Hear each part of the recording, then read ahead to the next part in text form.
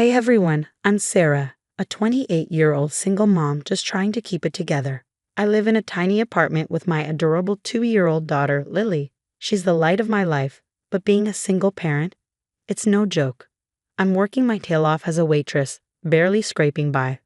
But I'd do anything for that little munchkin. Then there's my big sister, Jessica.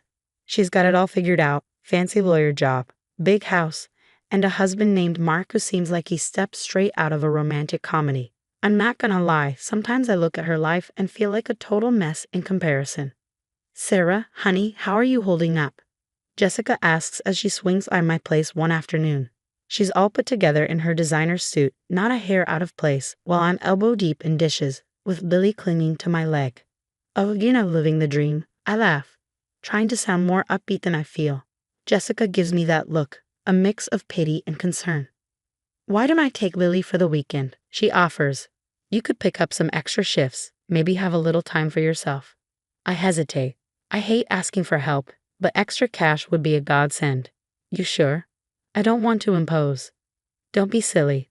Mark and I love having her over. It'll be fun. Jessica insists, already scooping up Lily, who giggles and plants a sloppy kiss on her aunt's cheek. Thanks, Jess. You're a lifesaver, I say, feeling a wave of gratitude. Sure, Jessica's life seems perfect, but she's always had my back. As she's packing up Lily's things, Jessica turns to me. Hey, can I borrow your phone charger? Mine's been acting up. Yeah, no problem. It's in my purse on the kitchen table. Help yourself, I call out as I wrestle Lily into her jacket.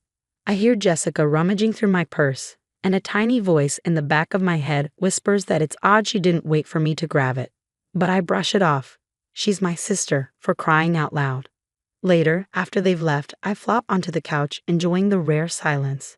I should be cleaning or prepping meals, but instead, I find myself scrolling through Jessica's social media. Vacation pics, work achievements, lovey-dovey posts with Mark. It's like a highlight reel of the perfect life. I sigh, trying to squash the jealousy bubbling up. Get it together, Sarah, I mutter to myself. Jessica's worked hard for what she has, and she's always there for me and Lily. As I'm lost in thought, my phone pings. It's a text from Jessica. * Lily's having a blast. Don't work too hard this weekend, sis. Love you both. * I smile, feeling a mix of emotions. Grateful for the help. Missing my baby girl, and yeah, still a little envious.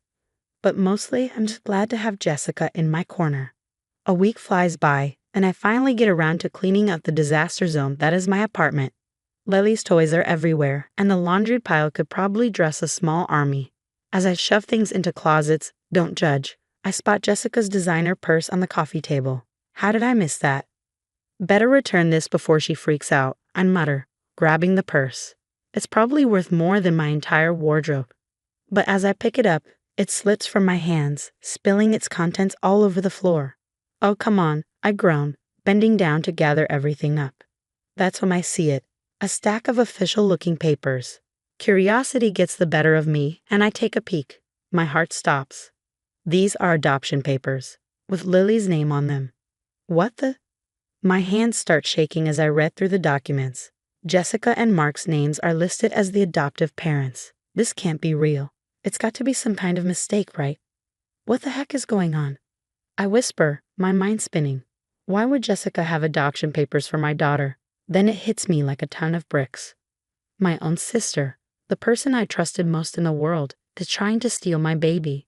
The room starts to spin, and I have to sit down before I fall over.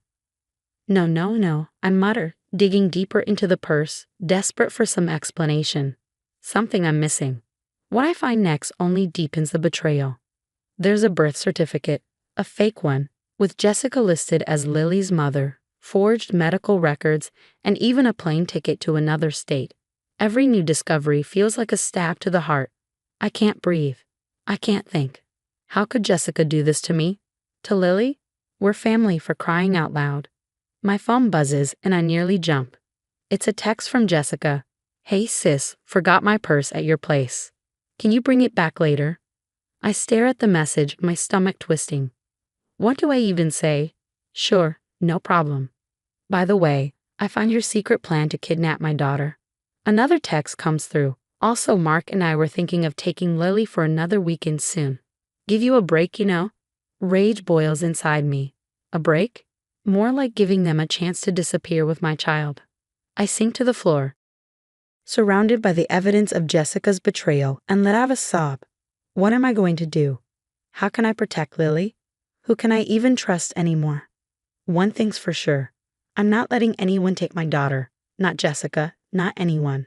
I may be a struggling single mom, but Lily is my whole world, and I'll do whatever it takes to keep her safe. I take a deep breath, trying to pull myself together. I need a plan. I need help. But most of all, I need to keep Lily close and act normal until I figure out my next move.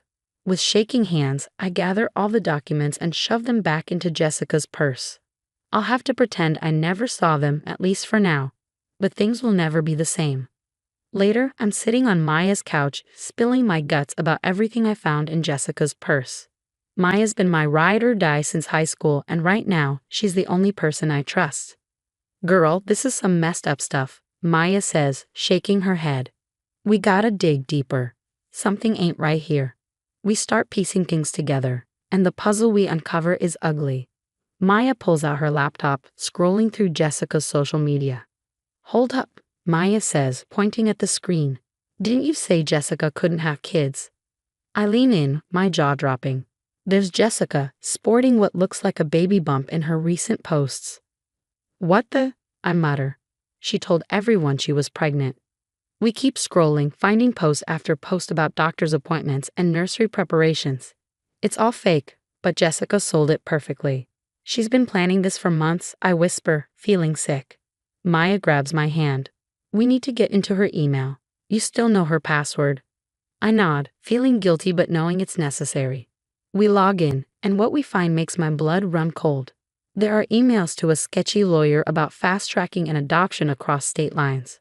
The lawyer's responses are vague, but it's clear they're up to no good. Oh my God, I whisper, scrolling through message after message.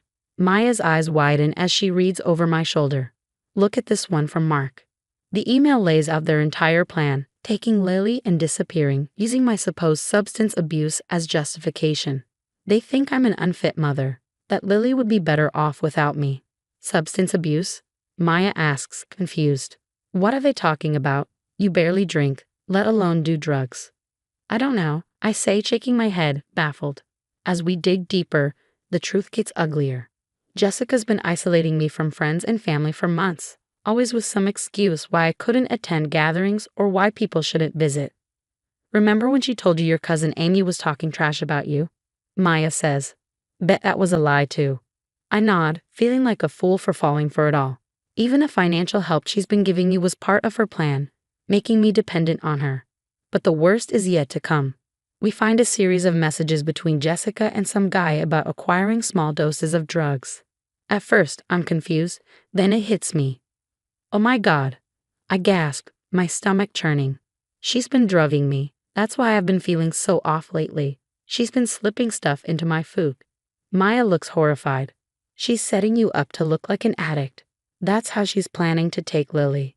The room spins as the full scope of Jessica's betrayal sinks in. My own sister has been poisoning me, isolating me, all to steal my daughter. What am I going to do? I ask, feeling more alone and scared than ever. They have money, connections. I'm just a waitress. How can I fight this? Maya grabs my shoulders, forcing me to meet her eyes. Listen to me. You're not alone. We've got evidence now. We're going to fight this, and we're going to win. I take a deep breath, trying to steady myself. Maya's right. I can't fall apart now. Lily needs me to be strong. Okay, I say, wiping away the tears I didn't even realize I'd shed. What's our next move? Maya grins, a determined glint in her eye. Now we set a trap. We're going to catch these snakes red-handed. As we start planning, I feel a glimmer of hope. Jessica might think she's got it all figured out, but she doesn't know who she's messing with. I'm a mom, and I'll do whatever it takes to protect my baby. Watch out, sis, you picked the wrong mama bear to mess with. Later, I'm pacing my apartment, torn between wanting to confront Jessica right now and knowing I need to play it smart. Maya's been a godsend, helping me gather evidence and even hooking me up with her cousin, who's a lawyer. We need to catch her red-handed. Maya insists as she sets up hidden cameras around my place. Your word against hers won't be enough. I nod, feeling sick the day Jessica calls, offering to babysit again. I force myself to sound normal. That'd be great, thanks, sis. When she arrives, I kiss Lily goodbye, praying it'll be the last time I have to leave her with that snake.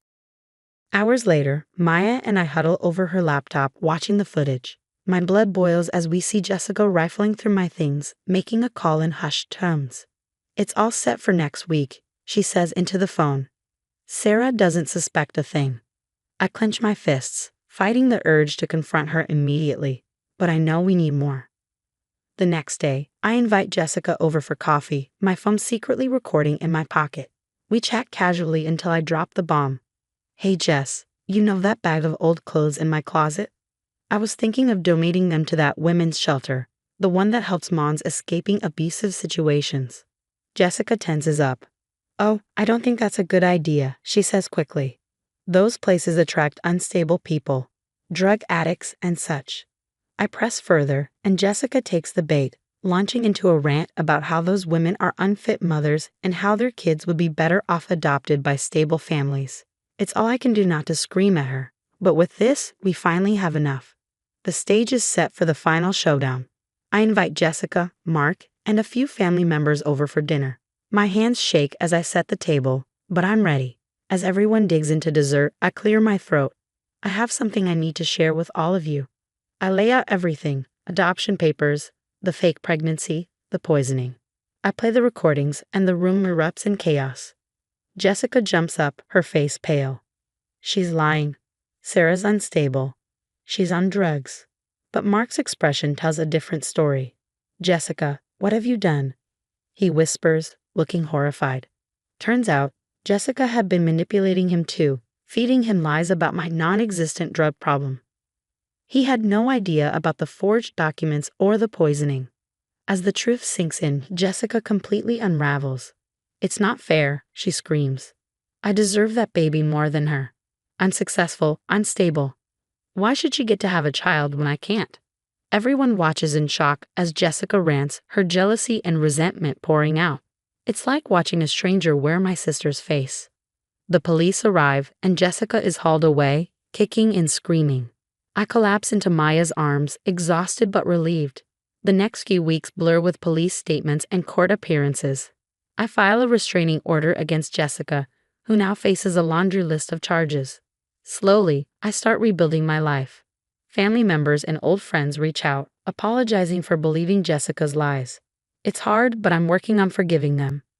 Months later, I'm pushing Lily on a swing at the park, finally feeling like we can breathe again. Maya sits nearby, watching us as always. Higher, Mama, Lily squeals, and I laugh, pushing her towards the sky. As I watch my daughter soar, I think about everything we've been through. It's been hell, but we made it. Jessica's toxic influence is gone, and for the first time in a long time, I feel hopeful about our future. I may not have the perfect life or all the answers, but I've got my daughter, true friends, and strength I never knew I had. And you know what? That's more than enough. The story's come to an end, but now I've got a question for you.